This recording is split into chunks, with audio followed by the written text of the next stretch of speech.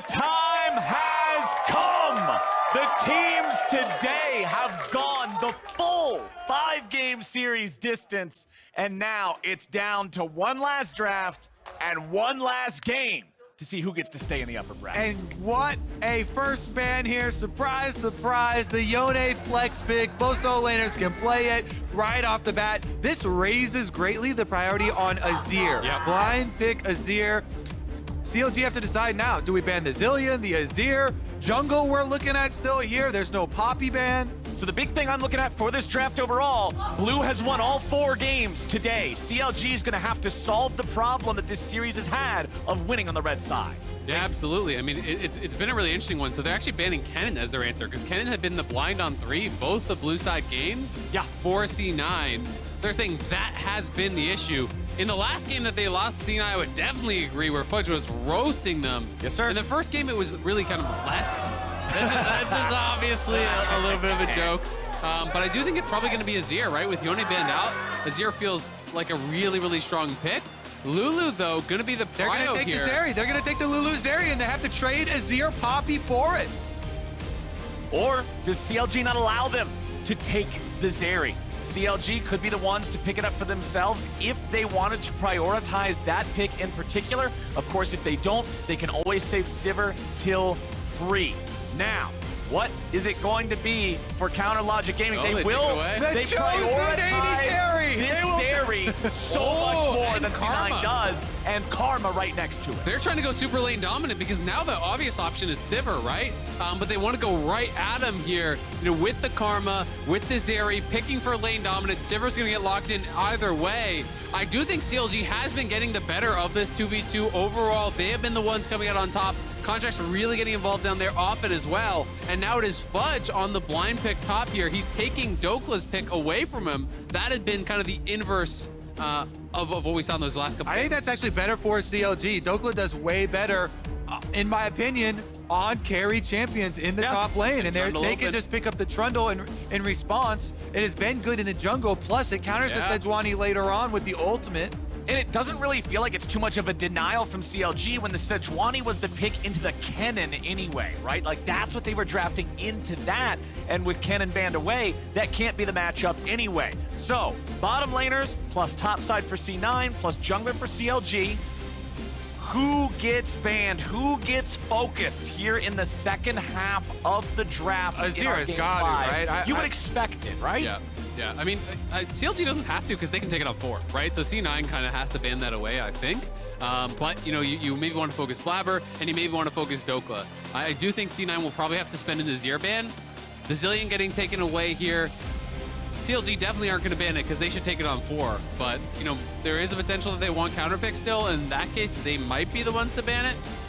I think CLG just banned a jungle with second ban here. Yeah, C9 need to ban it. Makes sense. Yeah, that's what we're saying. Azir already off the table, and so jungle ban comes through.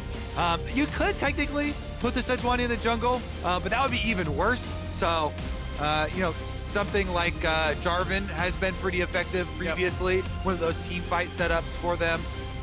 And then I think the last ban for C9 is just targeting Dokla, very likely, right? Trying to knock him down a little bit.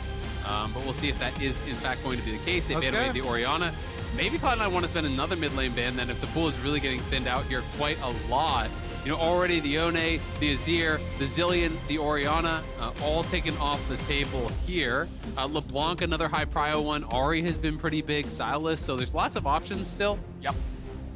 C9 still have a little bit of time left to think about what they want to do with this one. Instead, they're just going to get rid of that blind, pickable topside tank. With Trundle having already been taken by CLG, they don't have an immediate just get rid of the tank answer if the Ornn does get picked. Well, we have to remember Sejuani's already taken, so, they're not even worried about the blind. They just don't want to play that tank matchup. Right, exactly. And this is what they were banning in second round of bans, even when they blinded Kennen, right? They're actually banning away the Ornn, and then Dokla would go to the Sejuani. So if they want to have him on a tank, which they do not, it's going to be Gwen. So Dokla going to be going back to the carries, playing something a little bit more aggressive. Remember, the true damage did get nerfed. On the center snip of the Q, it went from 75%, I think, of the damage down to 50 on this patch, so it has been nerfed. LeBlanc does feel like an obvious one. It's one of Jensen's best champs historically. It is fairly blind pickable here, but Lissandra and answers like that are more niche could potentially come out. LeBlanc has already eaten a few bans so far in this series, and now in game number 5, she will make her first appearance. Do you think Palafox slams down like a Lissandra or a Mouse? He also really likes the Rise into it, I know, so it's one of these two, Lissandra, Rise. Viego, the jungler for C9, here as their final pick of the draft. CLG, they still got a little bit of time left to think, hey, he must have heard you, Isaac. He's hovering over all these I mean, those nice are the LeBlanc. big kind of obvious solo queue counter picks. We don't always get them in pro play. Malzahar's really good.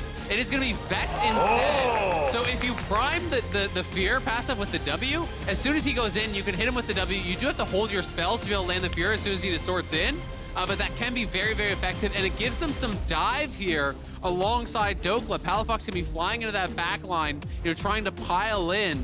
It is double AP Soul Laners, Karma's magic damage, and Zeri has a lot of magic damage though, so MR is going to be hyper effective here, I think, on the Sejuani. Yep. And even things like, potentially like a Ma or something for Blabber could be really, really good. We've had bloody bottom lanes. We've had bloody top lanes. I think this is the game for the bloody mid lanes here early.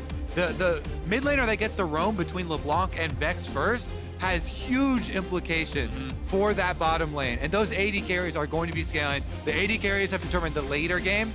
So which mid laner gets opened up first to be able to move down there. Vex, super long range on the ultimate. Burst champion can definitely make those just as powerful as the roams from a LeBlanc assassin. And this seems really hard for a Sivir to play. Between the Gwen immunity, the pillars there, all the dive coming in, it's going to be really difficult with that short range to actually navigate these fights and get out enough damage.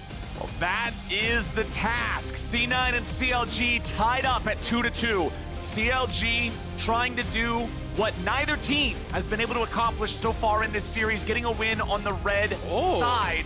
What do you got here for us, Isaac? Sounds like something interesting. Luger playing Cleanse Ghost. Not something I can ever say I've seen in pro play. So he's actually dropping the flash straight up, saying he's going to get more value out of the Ghost here. It does mean that in these long extended fights, it could be really, really valuable, but if Jensen pops out of nowhere right onto you, you cannot necessarily dodge with just the Ghost. Same thing with Sejuani ults and all this, so there is going to be a cost to that. I do not remember the last time I saw Ghost Cleanse where it wasn't sort of serious. inching. Right, exactly. It's normally the big red flag warning, but here in game number 5, Luger thinks that's the answer to this C9 comp. Won't be able to flash away from Viego ultimates. Won't be able to flash away from LeBlanc distortions. See if that move speed can keep him just on the outskirts of danger, though. When used perfectly, that move speed can be devastating. They're next week, guys. Calm down. All right, but yeah, no, it's going to be interesting, right? It's putting a lot of faith in your ability to sidestep skill shots and your ability to use that E perfectly to be able to actually dash out here and dodge it. You can see Jensen career 24-7 on LeBlanc. Absolutely monstrous. Yeah, CLG is in their hell. So the last time CLG was in Summer Split playoffs 2019, so just the fact they made it here is impressive enough, but they're really taking C9 to map 5 for round 1, so it's a really big day for the CLG fans. Yes, it is. This squad has showed up so big, all split long, and now they're making Cloud9 go the distance. Sven losing out in these early trades against Luger and Poom. Remember, game number 1, it was Berserker and Sven with that Kalista absolutely slamming the bottom lane. But ever since then, Luger and Poom have bounced back wonderfully. Yeah, and he's actually using his Qs on the minions here, not going for the extra harassment as Berserker and Sven trying to get early access to the level 2. Second wave has arrived, trying to chunk it down. Okay, I'll just keep shooting those. Meanwhile, top side, Dokla versus Fudge. Dokla hitting level 2 first. Just chops him up. Yeah, that's rough. You just gotta stay in XP range now. Sven and Berserker trying to play for level 2 here, trying to make sure that they're not missing that last melee minion. They likely are going to miss it. Only Sven gets it, so Berserker did miss the XP on that minion. He will be 1 down. Not the biggest of deals, but Karma is going to be tough for them to actually deal with in this 2v2. Karma's so much more lane dominant. And we see another Mantra Q hit that's back-to-back that he's been able to nail. They're going to be running out of sustain on that C9 bot lane. Meanwhile, I really like that we have this view right now because you can see with the pushing lanes They here, want to dive top. Look at where Contracts is going. Oh, Do they actually have what it takes to pull off this dive, though? Dokla and Contracts, okay, Dokla takes a little snip out of him. Fudge still has about half of his HP. Contract's gonna start it off. Fudge wants to get away, but it can't be done. Is it a 1-for-1? Yes, the turret finishes it off and ties it up. That is huge for Fudge, able to actually get that 1-for-1. Does get the flash out of Contracts, the ghost out of Dokla. He can TP back and pick up most of the wave here. That is really, really big. Would have been rough if he goes down without getting anything. But I love the fact that, again, it's a 3-minute first blood. It's these teams willing to play aggro early. It's such a fun series to watch. As Sven eats a little bit of damage, Luger and Poom backing up. They know their jungler is on the other side of the map. Even if C9s is doing the same, it means they don't have any help, and their health bars are not looking fantastic. Poom's gonna try to freeze this wave right here. Goes for a bit of Mantra Q poke, but just barely misses it. Now the wave collides, Luger can pick it up and just keep on scaling here with this Zeri that's had a lot of big moments so far in this series. Yeah, able to get the first shot there for Cloud9's bottom lane, though, so they'll get the first reset. And the tracking you can see already coming out as they ping down the expected side here for Cloud9. Blabber resets up the top side there with the Viego. They know they're going to play around the expected position. With those Scuttle Crabs traded as well, it's going to be opposite side jungle. Something we'll also have to keep in mind for later on is that C9 is playing with the extra teleport. This is not something we've really seen so far in that series. Palafox, had always been playing TP himself. But it is going to be Ignite this time on the Vex, so he's looking for that kill pressure. But it does mean that CLG are going to have... Oh my god, Blabber flashed the wall. He's looking for the wraparound. He really wants this on Dokla. The mist coming around the wall. Dokla's going to at least be able to see that one to start his retreat. But Fudge is ready to layer the CC. CLG's top laner lives. He lives. Woo, just barely. All right, that is definitely going to be TP used. Blabber, though, I like the attempt because you can just actually hover behind the Scuttle Crab vision if you hug the top side wall of the Baron Pit. He did that and then flashed around to guarantee he gets there. But now, CLG know, all right, top side jungle pressure for Cloud9. We've got bottom side pressure. Let's push in. Yeah, What? Palafox was 6. I think they could threaten that dive, but without it, that's way too risky. Yeah, there's just not enough burst when they're both at full HP, when it is a Lulu that has the ability to polymorph one of the targets. Very scary stuff. Back in top side, yes, Dokla has used teleport to return, but now immediately walking back away from Fudge. Sejuani's surprisingly capable of trading back pretty well as long as you don't get caught in the middle part of those scissors. Yep, absolutely. You just got to be looking for the side steps. It's so important to use your dodges side to side against Gwen instead of front to back. You always got to be dodging that true damage here. Contracts showing up mid lane as the mid laners trade back and forth a little bit, but Jensen had level 6 first, so Contracts' presence there is just saying, hey, you can't try to do any crazy all-ins right before he hits 6, just shadowing him a little bit. Meanwhile, we still have not had the recall from Luger. Staying in lane this entire time, pushing out again. Here goes Palafox, so hits the ultimate. Palafox looking for Jensen, but he can't get enough damage. It just forces out the passive. Jensen doesn't need to use his flash. Both summoners from Palafox there. This is actually huge for Jensen because he has TP advantage, so Poom needs to help him reset this wave as fast as possible because Jensen is going to TP back, and if this wave gets held, then Palafox would be way down. So Poom will be able to help him reset it. The wave won't get frozen, I don't think, unless Jensen wants to try to get back and pull it to the side brush. No, he's just going to clear it out, looks like. Yeah, instantly going to answer here. He does have the flash advantage, so Vex is actually very vulnerable in this matchup. Okay. Now there's no threat for Palafox, no ultimate for the burst, no ignite, but also no defense, no flash to escape. LeBlanc with flash is a guaranteed setup, and once you pass this 7-minute mark, Blabber should be hitting level 6 anytime now. With Viego ultimate, that is insane kill pressure on this Vex. LeBlanc can guarantee the engage, Blabber with the ultimate could look for the execution. So Cloud9 got to be thinking a route, possible plays to punish that mid. Absolutely, and at the end of the day, Jensen just ended up thinning the wave, not actually pushing it, so he did actually pull the wave a bit, and it means at least a full wave will be denied from Palafox, and the wave is going to be in that perfect spot to actually set up a gank, and that's why we see Blabber hanging around. Fudge was cheating down from top lane, and Palafox is playing max range because he knows he could be in trouble. Exactly. Zed Vex has no escapes there, no flash or anything, so hovering at tower. Also hovering to his side of the jungle. You can see as he moves down to the bottom side over by Contracts. Luger will step up to the tri-brush here, fires out the laser in case Berserker and Sven try to take that shortest route back to the turret. Luger's Zeri. Very, very frightening stuff here. This pick has been incredibly potent so far in the series. Still, gonna have to see how the Ghost change affects the performance here in this Game 5. Is it just going to be the Dragon 4 Herald trade here? CLG pings go down. They've got vision in the back of the Herald pit. They know that Cloud9 are getting the Herald right now for nothing, and Jensen still has flash, so LeBlanc is fairly safe. Contracts throws out a pillar. Fine. But this is how much LeBlanc cares about champions that walk at you. It's very easy for her to just shrug and get back to So that's huge for Cloud9. CLG got 0, and Cloud9 get an entire free Herald. They see him on red. They actually catch this. They're coming over. Blabber comes back. All right, it is a red buff for Rift Herald. That's not a good trade if you're the side getting the red buff. Unless the red buff leads to a kill and then more objectives afterwards. Yeah. What is the future of this red buff? There's a lot of conditionals here around this red buff, but CLG will try to take whatever else is available here in the jungle, as they do have Poom working together with contracts to move forward and take those away. Palafox has his ulti ready to go here on the Vex, which can create very powerful situations if you're able to reset in these team fights. It's also just going to be interesting to see how Berserker performs later on, given that he now has the Enchanter on his side. He has yet to have this, in this entire series. They're either playing with Ashe support or an Engage support, right? So now, as you scale to that later stage, you have the speed ups, you have that safety that the Lulu does bring. And Lulu Whimsy plus the Ghost plus the Sivir ulti is such an overwhelming amount of move speed that if you ever start to win the fight, you can absolutely chase down your opponents.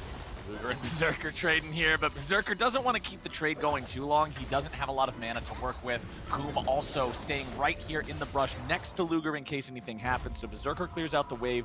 Very close farm here in the bottom lane, very close in top lane, very close in jungle. About a one-wave lead in mid. Both tides dead even 10 minutes in. All's fun in games, when you've got more games to play, but Game 5, there's so much more restraint here, so much more pressure coming for both sides. They know this is your last chance. So we're seeing a lot more caution.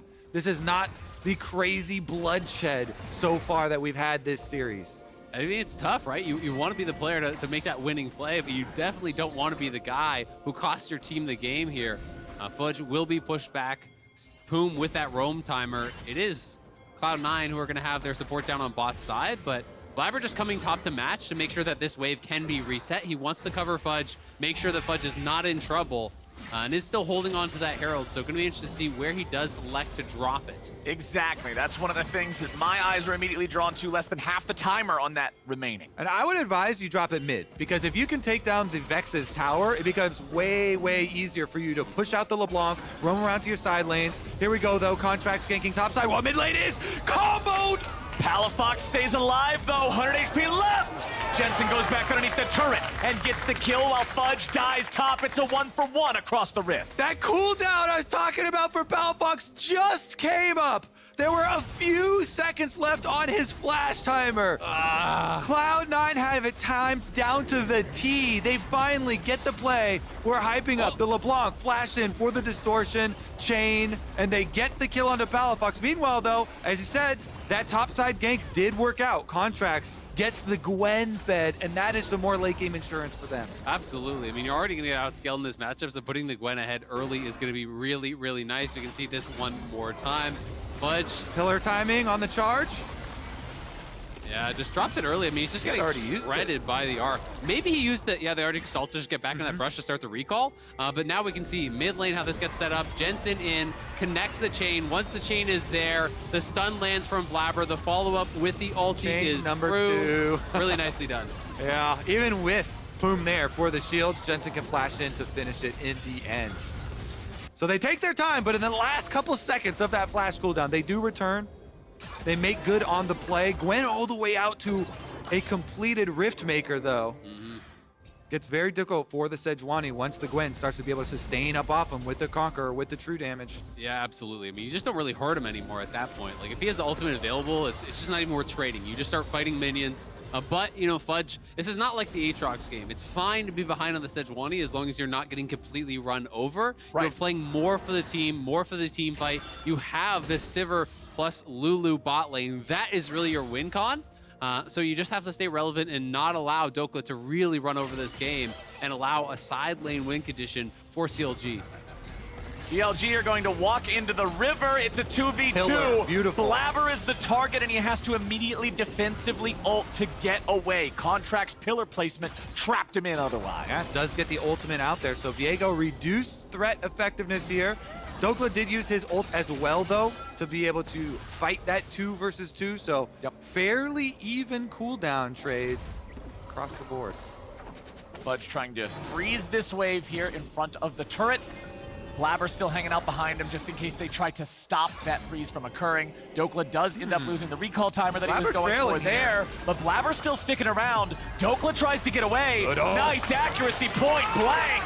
Dokla can't fight him off, and C9 gets their 3rd kill. Really well played by Cloud9, getting back up to the top side. With Dokla not having his ult, they know he cannot turn around these 1v2s. He can't just sustain through it.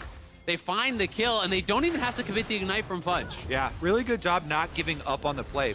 Blabber wrapping around to trail here for the lane gank on Viego. After not having ultimate, he's able to follow up on the Sejuani CC to actually get that kill for Cloud9 and increase their gold lead, 1.3K. Boom tries to get away over the wall, uses the flash to break the chains. Palafox coming around. He'll poke Jensen a little bit, but C9 are the ones that are bloodthirsty now. And it's a great move from Jensen. You know, Kobe, you talked about how much that lane prio in mid matters between these two assassins here. You know, Jensen is playing TP. They got that kill on Palafox, so he's been the one with the push. He used his prio there to move down towards bot side, forces splash off of Boom. And the big thing is the early completion of the Ludens. So that 900 gold advantage for the LeBlanc is your biggest spike. Your Ludens plus your Sork Shoes plus your rank 2 ultimate at level 11. This is giant kill threat and uses it there. Meanwhile, Dragon started up, or at least leashed out. They don't have contracts here. He's on the Rift Herald, so. You can't do both at once. That's definitely illegal. Not happening here, as Blabber will be the first into the pit now as everybody from CLG backs away.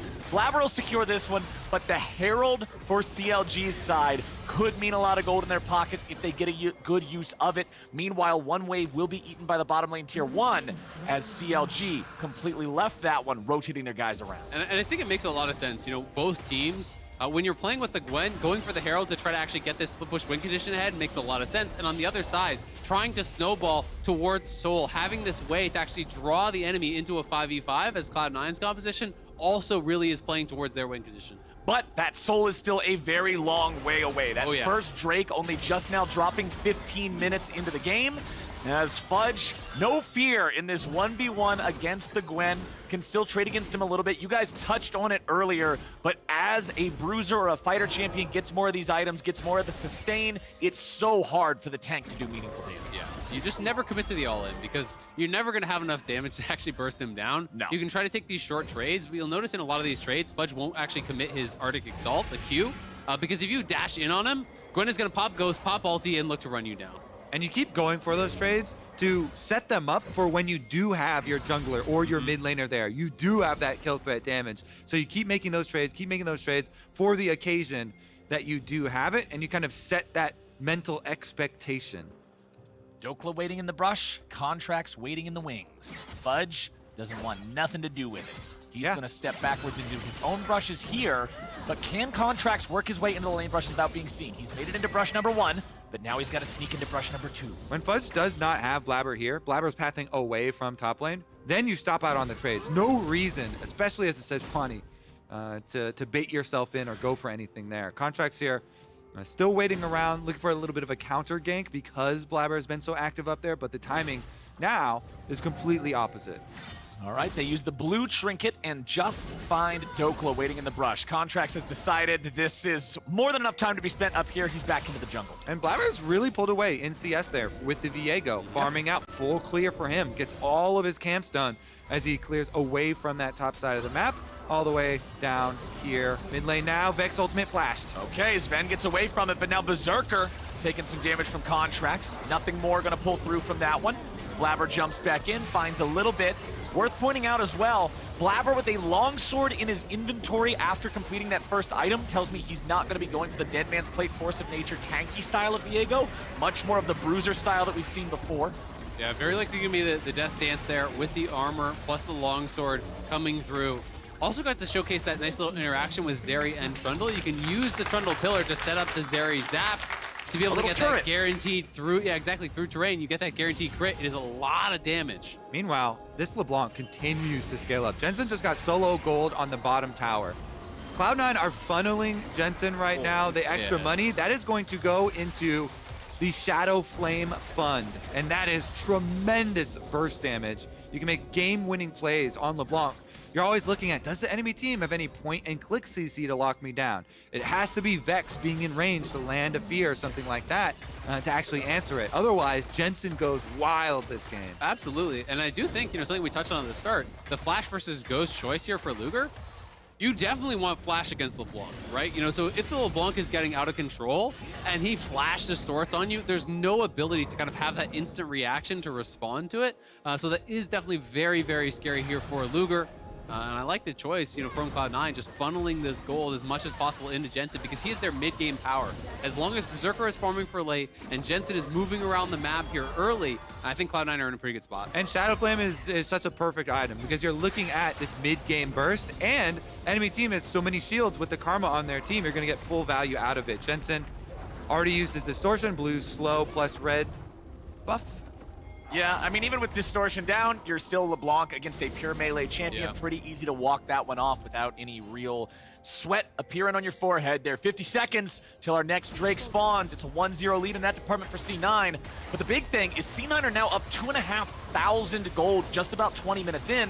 That's a respectable lead that could really influence whether or not CLG wants to take some of these fights. It absolutely can. And I mean, you're seeing it kind of showcased in some of these item differences here. Jensen almost has the Shadow Flame, just needs the completion gold. Palafox is way far away from his next item. 2 items are already done there for Berserker on the same side. Luger does not have his done just yet. Ooh, this could be it. Blue buff on Jensen too. Oh, Palafox is in trouble now, buddy. That Everfrost Jukes. ain't hitting nothing. Jensen's still looking for him. Palafox fires back the ulti. Manages to fear Jensen away. But that matchup is clearly in the favor of C9. Yeah, I mean, especially if you get the jump on him. He just used both spells there for Palafox, so good job from Jensen. Gets the ultimate down from Palafox. That is a longer cooldown. And Dragon, meanwhile, here, chopped up by Blabber.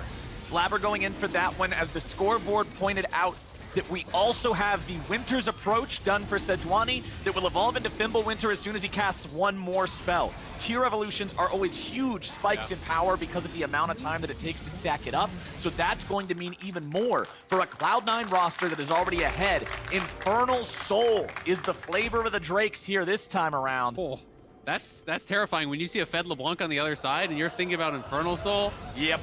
that's scary stuff. Boom getting away from these guys as C9 brings a lot of manpower towards the mid lane. CLG bringing contracts over to, man, that turret's dead as hell. There is no way they're keeping that one alive. Nice sidestep from Boom. Karma speed, baby. Nice little move here.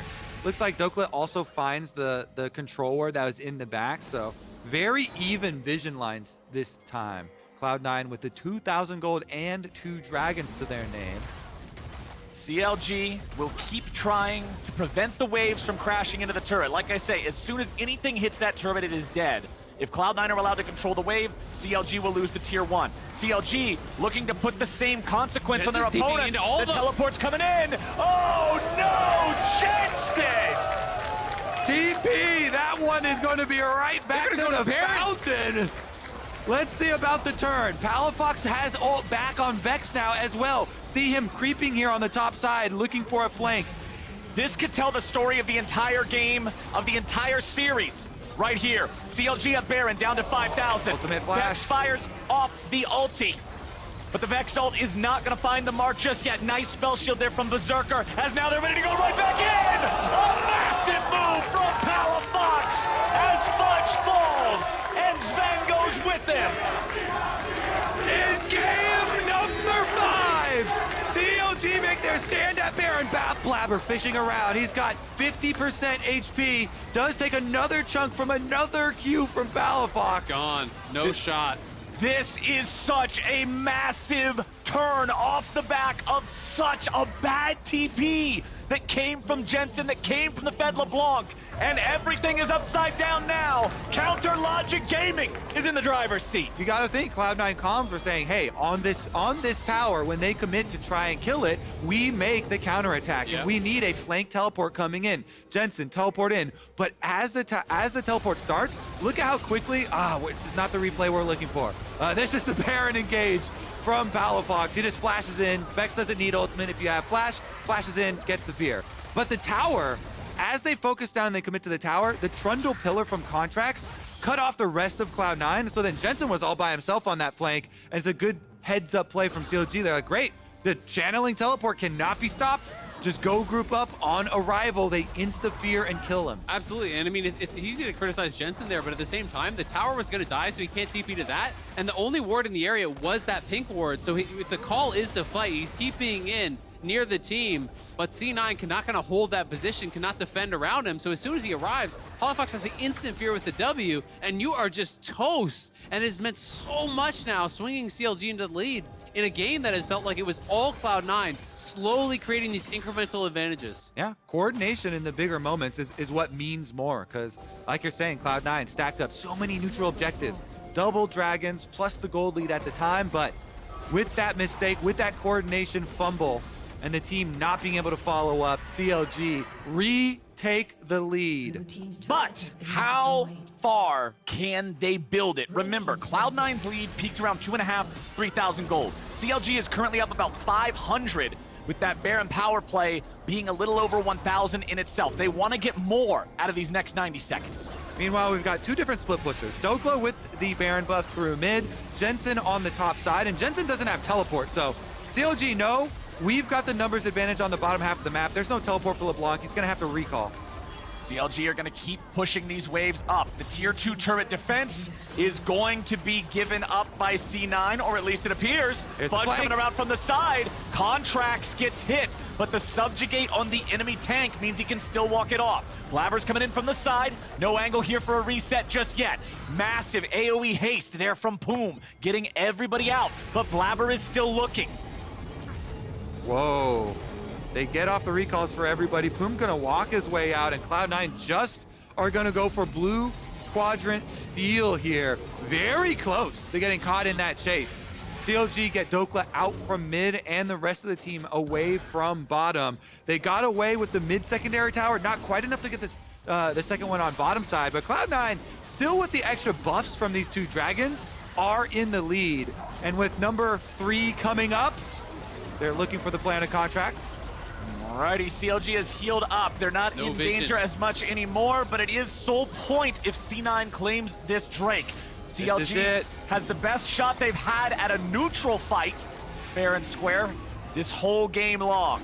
Keep your eyes on Jensen. That's the big difference maker here for C9. That's the damage that got picked off before the fight could even start when CLG was able to claim their Baron. Palafox, root under 2. Blabber is low. Save for the Wild Growth. He's not able to go into reset. City of Berserkers under pressure. They kill the enemy AD carry. C9 have lost 2, but they've killed 1. Sven runs back into the enemy. I can't even stay hyped watching a Lulu run through a turret. He goes down! The teleport to top side for Jensen. Cloud9 already in evasive maneuvers here. They want to go for at least the split push on top side, but CLG win that team fight and they get their first dragon of the game. That's huge for CLG, and not only did they kill Berserker, they got the flash off him, they got the flash off of Sven. You know, Blabber, Jensen, everyone is piling in on Palafox, and yes, they do get the kill, but the stopwatch bought enough time for CLG's front line to chase down and kill off Berserker. Yeah, Cloud9 thought they could go on Palafox because he just used his passive fear, no fear proc, but then as they go in on him, he just Everfrost Blabber right there, and that Viego blew up. Instantly killed. Meanwhile, Dokla was in the backline. Guess what? You haven't had to fight this Gwen problem all game long there for the backline, but Dokla's got 3 items now. Nerfs to the center snip true damage, yes, but 3.5 item Gwen is still gonna rip through any backline member. It's so difficult to deal with it. The needles flying over the wall, chasing Berserker through his own flash. Let's see how it went down again. So, Everfrost here, and then this is what we're talking about. Blabber gets blown up here, and on the bottom side, Contracts and Dokla, 2v1 Berserker. Berserker has to flash away, the needlework kills him through the wall, and it's a wipe for Cloud9. Have to teleport Jensen out. Sven goes and dives into the turret. Yep, I mean, everyone from Cloud9 was piling in to actually try to get that initial kill, and Berserker just gets sectioned off from the team. The Wild Growth had already been used on Blabber. Everything poured into that dive to try to kill off Palafox, and unfortunately for Berserker, it means he was left behind. He does have the IE now, but he's not ahead of Luger. These two marksmen are on even keel. Also, we're saying, you know, that stopwatch for Palafox returns tremendous value. Viego, it's the biggest stopper to those Viego resets. Exactly. Stopwatches, Zonias, Guardian Angels. People talk about the frustration of being able to focus Viego down as soon as he gets a reset, right? Preventing that first reset, you flip the frustration back onto him and immediately turn the fight. Absolutely. Some big purchases, though, happening. You know, I already mentioned both the IEs, but now Jensen has Death Cap, and that is massive. Because there's not really any MR on the other side whatsoever. Trundle has one Null Magic Mantle. That is it, because there's so much physical damage between Viego and that Sivir. But it does mean that if Jensen can land a full combo on one of these members, he definitely has the ability to take them down 100-0. And you can see two needlessly large rods in the inventory of Dokla, meaning even more power coming up soon. Once he completes Death Cap, that is a very scary place for Cloud9 to be if those scissors are anywhere near him. 2.5 minutes till Drake spawns. Baron is alive. CLG got the first one. Cloud9 do not want to give away a second. CLG up to about a 2,000 gold lead now, closing in on where C9 was when the fatal teleport happened and the punish from CLG flipped this game upside down. It's topside river control for C9. They've got the speed. Berserker has ultimate. They've got the Shurelias as well. They're going in for this. Dokla is all alone, and C9 piles in after the CLG top laner. Jensen keeping the reinforcements away. Dokla's not going to get any value out of his own stasis there with the Hourglass.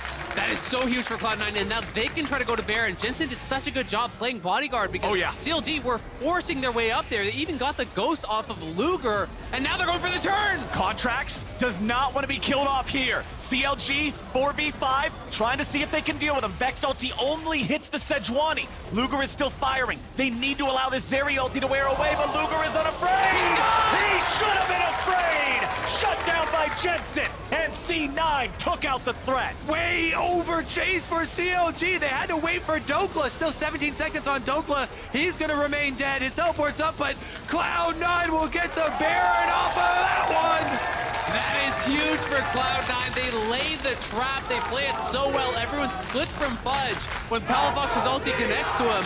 And then Cloud9 look like they're in full retreat. But Blabber just waits in the brush, lands the stun onto Luger. Jensen comes over the wall and erases the Zeri. And Cloud9 are gonna have plenty of time as well to be out on the map for this Infernal Dragon. So let's watch it one more time. This is after the first kill on Dokla, the initial turn on the contracts. Yeah, Sejuani ult does start out there for Cloud9, but they respectfully kite out the Zeri ultimate, the Vex ultimates, and the Trundle ultimate. And so there's nothing here that you're gonna really get for CLG chasing into the darkness 4v5 with your ultimates all timing out. Cloud9 completely outplay. And now they're gonna get the pick on top. They ain't done yet. Palafox wants to get out of it, tries to turn it back around a little bit here with some Everfrost action, but he's killed by Blabber. C9 now trying to keep this momentum going even further. Blabber dies to Dokla, 1-for-1 so far. C9 disengaging it. Sven is very low. Jensen and Berserker still full HP. Those scissors are still very sharp. You still must respect the Gwen. And that is going to put a stop to that push. Dragon picked up for Cloud9. That will be number 3, waiting on the arrival of the Dragon Soul. Which shows again how big it was that CLG got that last one. If this is an Infernal Soul C9 here, things feel very different and much more suffocating for Counter Logic Gaming. Absolutely, but it is becoming very tough to actually deal with Jensen here. You know, he's doing such a good job of actually playing between CLG and the Cloud9 carries that they're trying to get to Berserker, these squishy members. Has over 600 AP now. Is really at a strong point of the game. That is tough stuff. Working on Banshee's Veil here too, so that when he jumps in, it's that much harder for Palafox to find a snap punish with the fear or something similar. Really just going to enable him to be that much more aggressive, that much more of a threat here on this champion. Other than the teleport, which obviously ended up costing them very big. Jensen's been having a really good game. Absolutely. He's been having an incredible game, and that's one of those situations, again, the tower is going to die. That's the only ward in the area. If the team is calling for fight, you're TPing.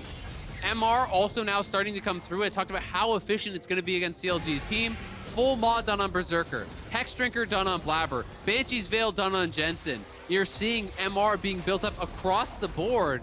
And even Zeri has a lot of magic damage in there, you know, with the lightning bounces from the ultimate plus the W. Everyone else is basically AP.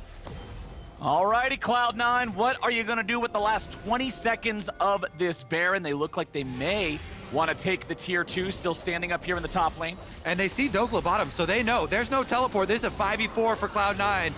Here they go. They find Contracts. He has to flash away. Jensen still looking for the damage. Nearly one tap. Boom. And Dokla still split pushing. CLG are going to give up their inhibitor turret in exchange for Dokla pushing on bottom inhibitor turret. That thing's gone. They kill him at the same time. It's going to be a race on the inhibitors. Yeah, Dokla takes out the inhibitors as fast as the entirety of C9 does. They have to send somebody back to stop the Gwen. It'll be Fudge doing that job. So inhib for inhib trade. Pretty good trade, honestly, from CLG, you know, from the position that they are in. When you're going up against that Baron buff and everything, you know, you do see Fudge gets back there to defend, but that is an opportunity now. The base is open, and you have seen those games where CLG is able to pull off the back doors. All right, big priority on both mid laners right now.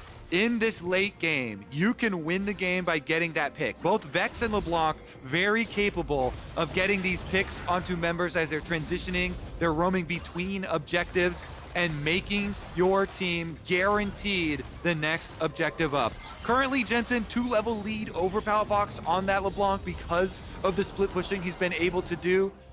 Huge priority here.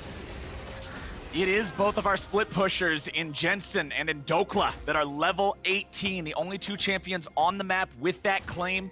Also, both of them nearly full build. You can see the green bead thing that I can't remember the name of in Dokla's inventory. Verdant Barrier. That's it. I knew all I needed was the first I tap. give you the little leg up. Yeah, you got me, buddy. I appreciate that. But that's going to be his Banshee's Veil once that's completed. Yeah. And then, of course, back over on the C9 side, Jensen still picks whatever he wants. Jensen in that hunting last for slot. Poom.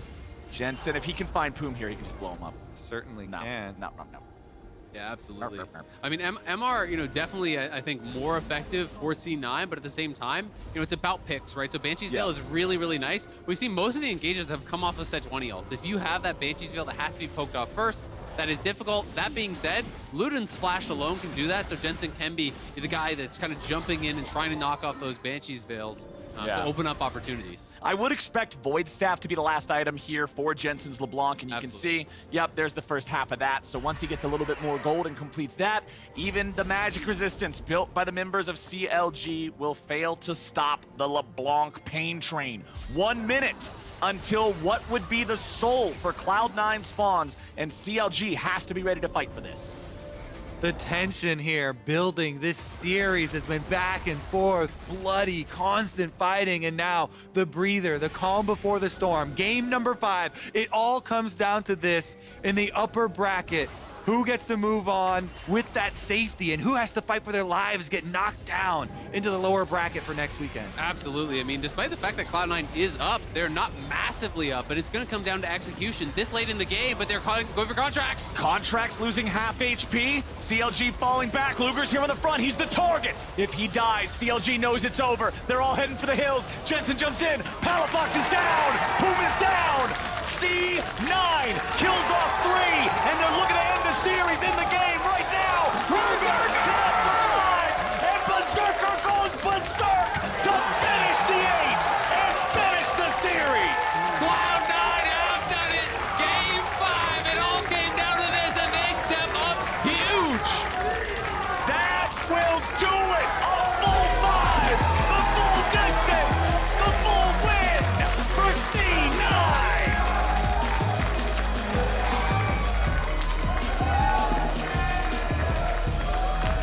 Woo! Cloud9, they get the final pick and run it straight through to the Nexus. That Sejuani blind steal away really returned dividends for Cloud9. Constant ultimates from Fudge finding these pickoffs. And Berserker in the last moments here, the extra speed from that Sivir, making the difference in the chase down. Absolutely, that Sivir Lulu in the late game, so big. And Bunch was on point, you said it. Hitting the ultimates time and time again on contracts. He is the tankiest member, but still, the damage in the late game just becomes so overwhelming that you can't be able to really soak that up. And C9, coming up big when it mattered most here, but such a back and forth series, such a close one, really hotly contested. I'm sure there's lots of moments that are going to be stuck in CLG's mind, things that they could have done differently in earlier games even. But C9 definitely deserving victors here. Two really evenly matched teams, but they're just barely able to edge them out. Such a fun series to watch. That's League of Legends right there. I'm not doing the whole copy pasta because I'll get in trouble. But in my mind, that's League of Legends right there. That is fun. Back and forth the entire time. No, it ain't perfect. Sometimes it ain't pretty. But it gives you such incredible moments when they find those shots and they find those opportunities. Absolutely. And something I really want to talk about is in these aggressive games, there will be mistakes, but people neglect to realize that a lot of them are forced errors, right? It's things that when you're playing aggressively, when you're really in the face of your opponent, you force them to make those mistakes. You pressure them and you force them to try to make the correct decision at every single turn. And I think both teams were excellent at doing that. And really playing that aggressive style that is going to push your opponents and test them at every turn. It was a tough defeat for CLG to go that distance all 5 games and not come up with the W at the end. But I think for a lot of people out there that are wondering, hey, contender or pretender, can CLG actually do it in the best of 5? Well, they look like they put up a pretty strong fight against historically one of our most successful orgs in the LCS over all these years. I'm excited to see the CLG lower bracket run. I'm excited to see what C9 keeps doing because both of these teams played exciting League of Legends. All right, yesterday you thought for sure they're not gonna pick Team Liquid. After seeing this series, what do you think? Team Liquid or Cloud9? They're for sure not picking Team Liquid. they're picking Cloud9. Yep, that solidified it. Yeah, I mean, I think that this was such a good series, such an exciting series to watch. But TL obviously looked far more dominant, and I think just people are going to base it largely on the regular season. So I do think that EG is going to pick Cloud9. That will be their upper bracket matchup, and I do think 100 Thieves will be then facing TL. And both those series I think are going to be absolutely incredible. I'm so excited for what playoffs has in store in these coming weeks. Well, this one has finally come to a close, and High will be going pro-to-pro with Zven in just a few minutes. But right now, we're joining the Tigris and Jensen for our Verizon post-game interview. Thank you, Captain Flowers. I've got Jensen here. We just spoke to you last week, but it's a whole different vibe on the stage here. Your first playoff series since returning to the LCS. Is the blood pumping through your veins, or are you ready for a nap after a 5-game series? Oh man, that was a lot more exhausting than I expected. I mean, CLG put up a really good fight against us, so it got a little too sweaty, I think. But I think I'm ready for the nap at the same time now. Both of the teams coming into the gate really playing aggressively, which a lot expected from these squads. Interesting adaptations in the draft as well, throwing Zven on an ADC in the bot lane. How were you preparing specifically for CLG? I mean, I think we kind of just focused on ourselves. I think CLG is very similar to us in how they like to play the game. They like to fight a lot, although they do like to play these like snowbally champions a lot more. But I think we kind of knew it was going to be a bloodbath against them, and we kind of just, focused on what we wanted to do and tried to execute as well as possible. In terms of focusing on what you wanted to do, you specifically, in that last game, LeBlanc was off the ban block. You got to play her. A lot of gold getting funneled into you nice and early. What's your breakdown of that game 5 that was very chaotic from a fan experience? Yeah, I think the early game went pretty well. We snowballed, and then I had a questionable TP a little bit. I think it's fair to say. And then they got Baron, and I felt like, oh, fuck, I might have lost the game alone there. But we kind of came back, and yeah, we kind of just won a game, I guess. You brought the party to you for the rest of the game. And one thing, when it comes to those moments that you're talking about, you have previously expressed that you like being in playoffs. You feel that you really turned that light on here. How was that in terms of that energy compared to the regular season when we last spoke to you? I mean, it's a lot more fun to play playoffs because every game is like super important. So that aspect, like it's like a different mental game for me at least. But I think, I don't know, I'm not too satisfied with my performance today. I think I had some good moments, but I think I had some bad plays too, a bit too many. But I like playing playoffs, so it worked out in the end, I guess. And you've got some time before your next matchup that's happening later on in the week, facing off against Evil Geniuses. Thoughts on that and what's to come? I mean, I think EG is probably the best team right now, so it's definitely going to be a tough match. But we have a pretty good idea how to play against them. I think our games against them have been pretty close both times, so I'm sure it'll be a fun one, but it's definitely going to be a difficult match for us. A fun one for us to watch, I'm sure. Lots of energy from the crowd for you and the rest of the team today, by the way. And congratulations on the dub. Ready to see you in that next playoff series. Thanks for the interview. Thank you. We do have another voice to hear from on the side of Cloud9. Let's head on over to High for Pro to Pro. Welcome back to another segment of Pro to Pro, everyone. I have Sven with me here today. First off, congratulations on the win. It was a bit pretty fun, I would say, right?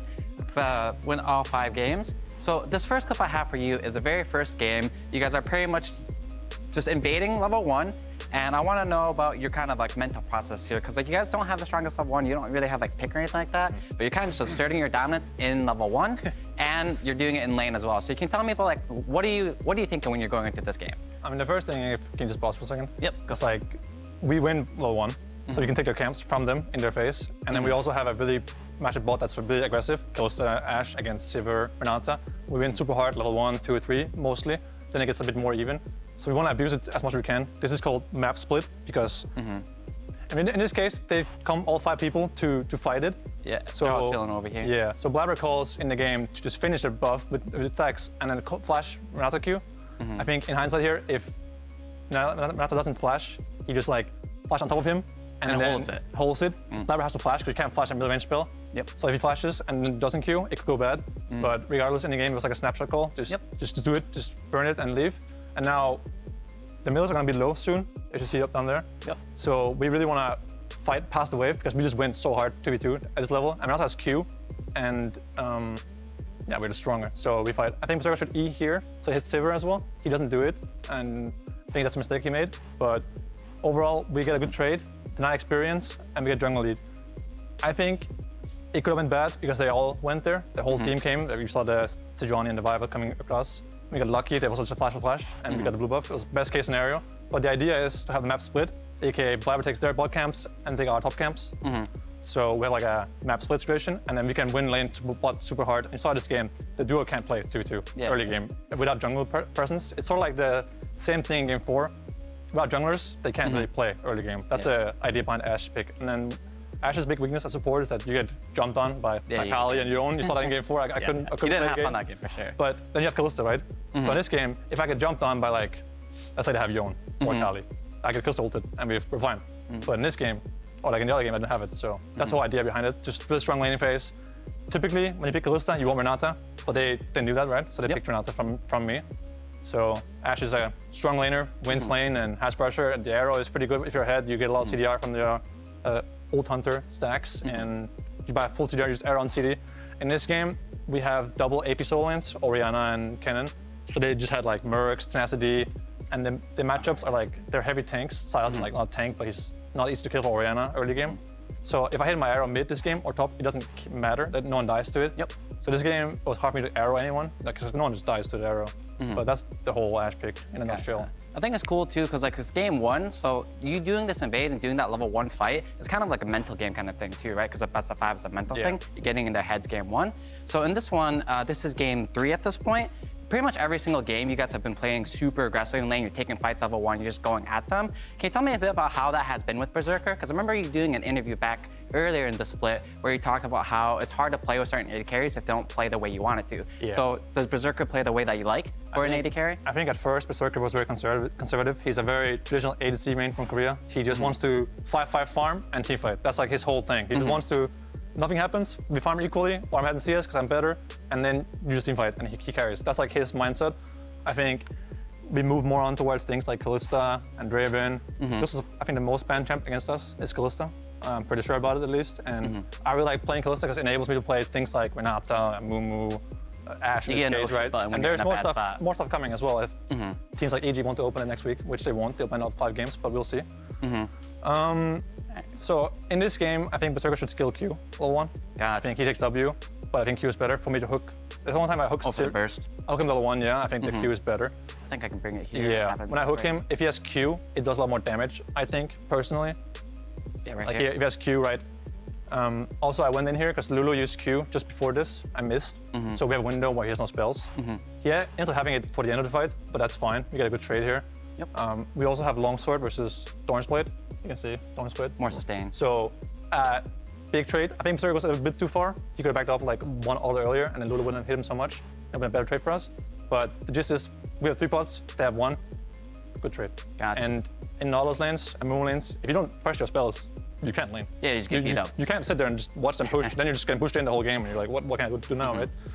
And then here, Gotcha. So I'm bringing this up because I wanted to ask you, as a previous AD carry player, I'm sure you've had experiences where the support just leaves you randomly. You're like, all right, where is this going? So my question is, has playing AD carry helped you knowing when to roam? Because you're kind of gone for like a minute and a half, you do get a kill, but has that experience helped you to like know when to roam, or is that kind of like Fudge telling you to come up here? yeah, I can hit boss. Yep. So my thought process in the game is that they have Sivir, Asiri, and Lulu starting a Sivir. They can't dive him. They don't have Ignite and don't have any damage to kill him. So he can't get over 2v1. So worst case, what happens here is top doesn't die. Whatever, I go back bot, nothing happens. I lost my experience, but that's it, right? Yep. And my ace loses some minions, that's fine. The game will go on. But his wave top is bad, and he's playing Sejuani without flash. So either he doesn't farm minion for the next minute and a half while I'm missing, because he can't farm even after I'm missing, right? Yep. And the Trundle comes here, we can 2v3 them with Nocturne. So here in the game, I asked Fudge from base, Fudge, if I go top now, will he die? And Fudge said, yeah. And then I'm like, all right, fuck it. And then we call it here in the game. We call it in the game here. If he goes for the million minions, we just go. Yep. I said, if it's a million, we go. And I went. My hook was a bit sketchy here. It was like a little bit too much to the right. I think that, It's a pretty fat hook though. yeah, no, it's Pretty balanced, clean. right? Here, let me see if I can pause right at the hook. Yeah, it's like, you see, like, it's a bit, I mean, Sejuani is also fat, but She does have a big yeah, fat I think hook. if I aim a little bit more to the left, he can't dodge it, no matter what. I was like, oh my God, if I miss this, it's over. Mentally, be pretty embarrassing, it's right? mentally over for me if I miss this hook. And I'm like, Master he's dead here, and get kill to Kennen.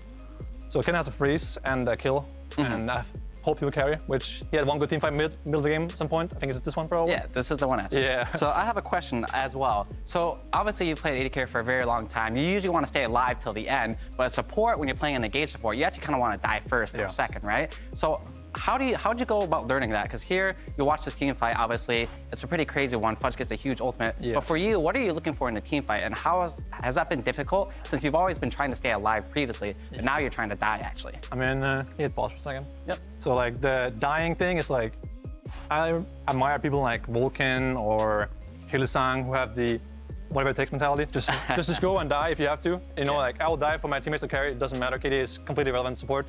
Some games you have to go certain. When you're playing Nautilus as a single tank against Trundle, balanced champ by the way, you just have to die. Yep. This is how it is. You have to go into teamfight thinking, I will die, but I will press ult on Siri before and make him less OP for 1 second while he's in the air. And that's like the whole gist of Nautilus in this game. It's just to, there's like this, the Siri dance is like, if he ults too early, you back off.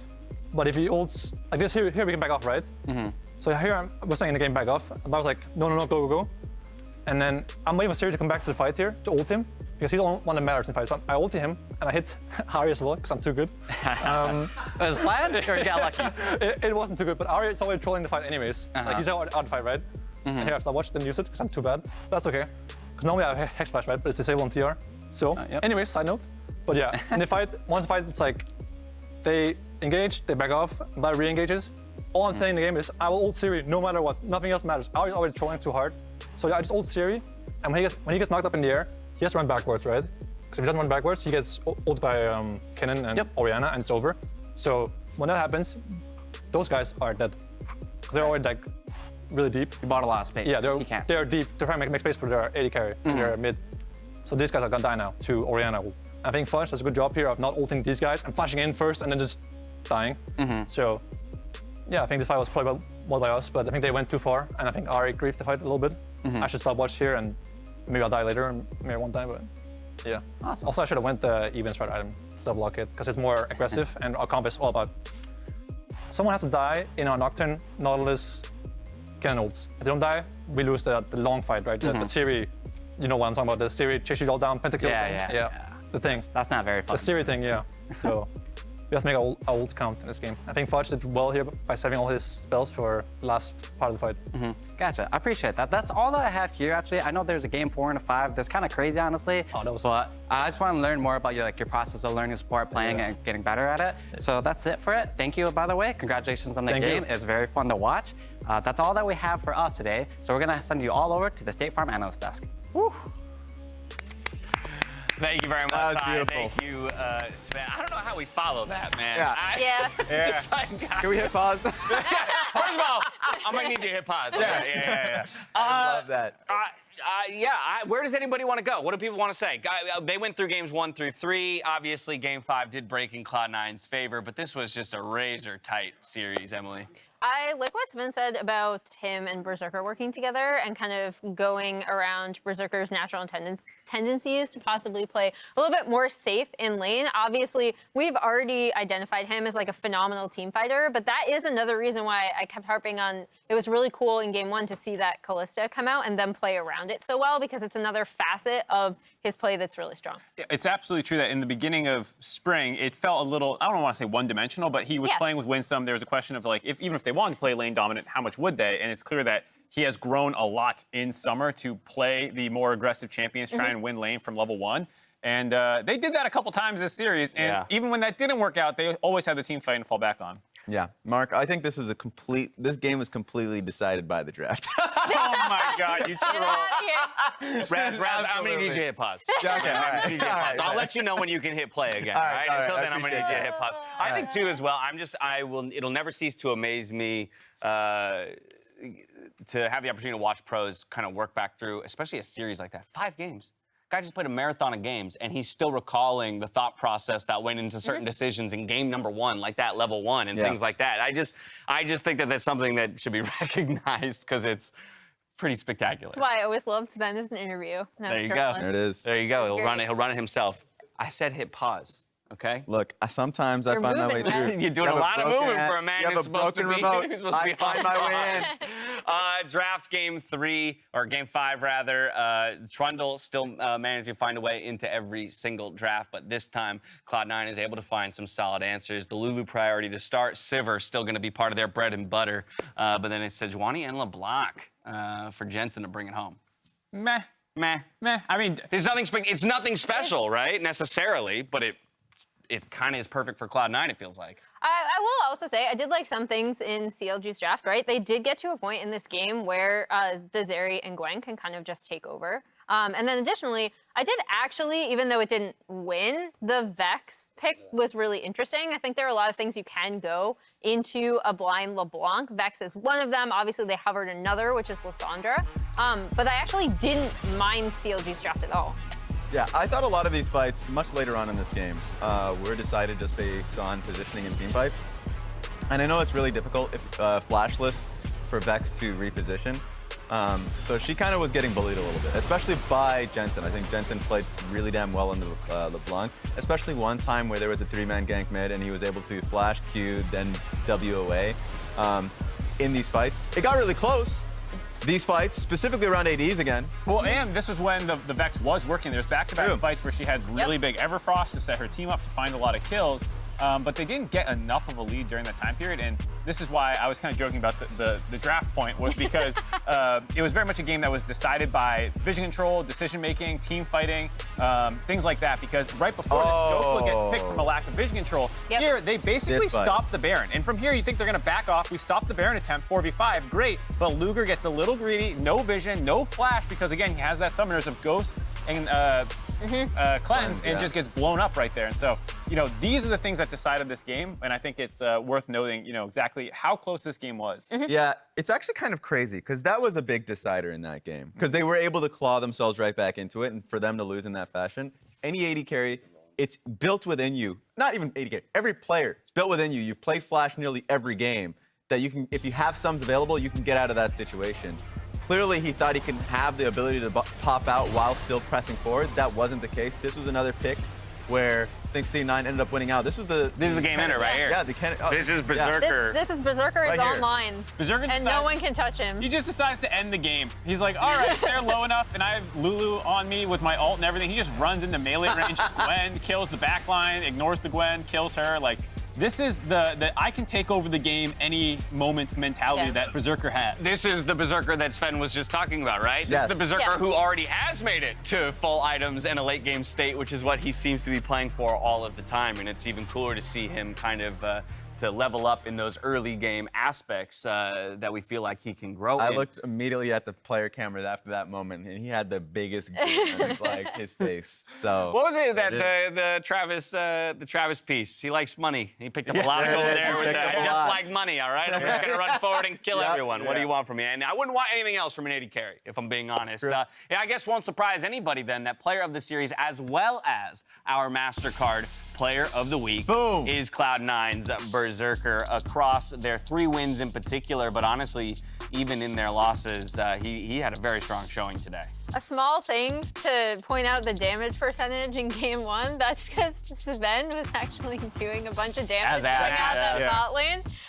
So just throwing that out there because that was an absolute bot lane snowball from them. And I will keep pointing out having that facet of a super lane dominant phase is really, really good for C9 going forward. Yeah, it was a tough call between him and I think Hans Sama for most people. But I think the thing that set it apart for me was the more difficult matchup directly. I think Team Liquid versus FlyQuest was very clearly Team Liquid decided after that first game, and Hans ran over that. But this was a series that was on a nice edge, and Berserker tipped it in favor of Cloud9. Yeah, it was a battle, and I felt as though that this was the image of Cloud9 that they were looking for with this team. When they put this team together, and you have Berserker and Sven in the bot side of the map, that you would give them resources. They probably didn't expect to see 2 AD carries down there, with Ashe consistently being seen, but they certainly expected to, especially for Sven, lane dominant players that want to be able to get those resources early and then for sure deliver. And congratulations to Berserker. He really delivered it for his team in this series. For me, it was just that this series kind of cemented the fact that pretty much in every team fight, when I go to find Berserker, he's well positioned. Yep. If he's not dead immediately. Right, yeah, there you go. The team didn't engage onto him. Exactly, right? Yeah, if they didn't blow the flashes and the stuns to get everything on top of him, it always seemed like he's perfectly positioned, and this series highlighted it. From here, we go to the Samsung SSD Fast 5. What we're doing this time around when it comes to playoffs is we're taking the winning teams from each of the series, and we're comparing those to the league averages, just to get a sense of what those teams that are taking the dubs are doing right. Hans Sama, as a player, went wild in the last series. One player of the week, player of the series, that one. And I felt like he is just someone who has a chip on his shoulder, especially with how the split has gone for him. And he has really turned it on. So I'm really excited to see how he's going to be going forward. I think made even cooler that both of our AD carries on the 2 winning teams in the series that we've had so far look so good is the idea of their future matchups. Yes. Right?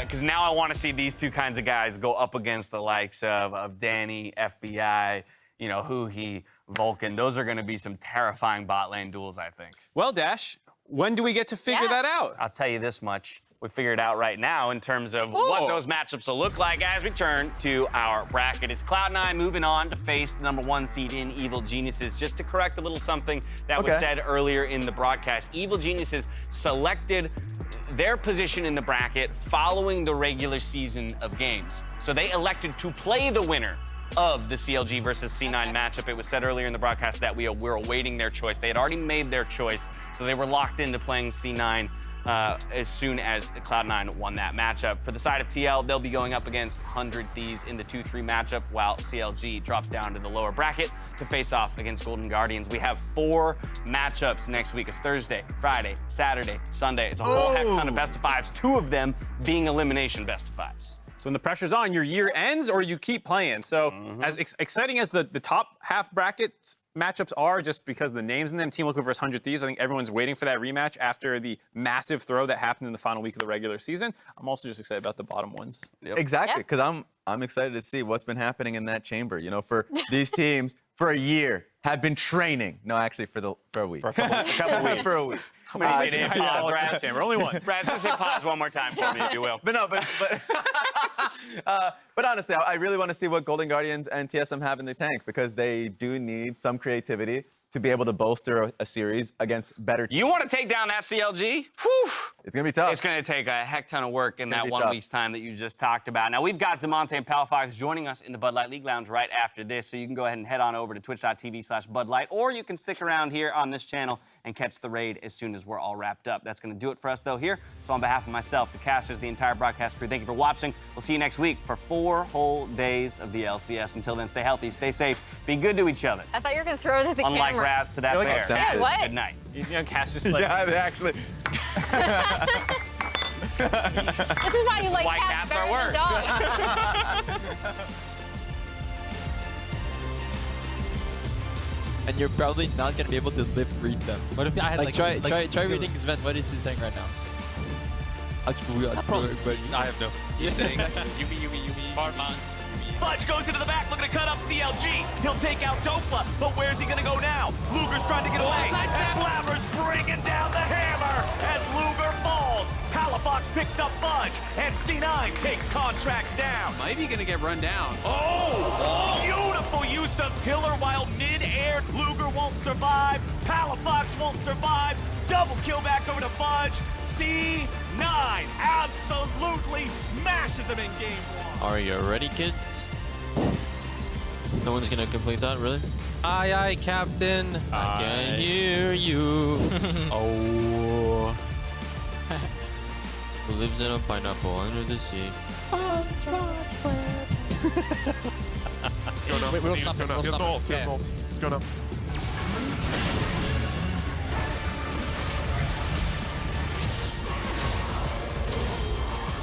The Drake's at 3K. C9 jumps Fudge over the wall, and Drake's gonna go their way as Jensen secures it. Sven tries to go in, but now you got Contracts in the fight. They're into the back, lining up Berserker. He's down, he's gone, and C9 will follow.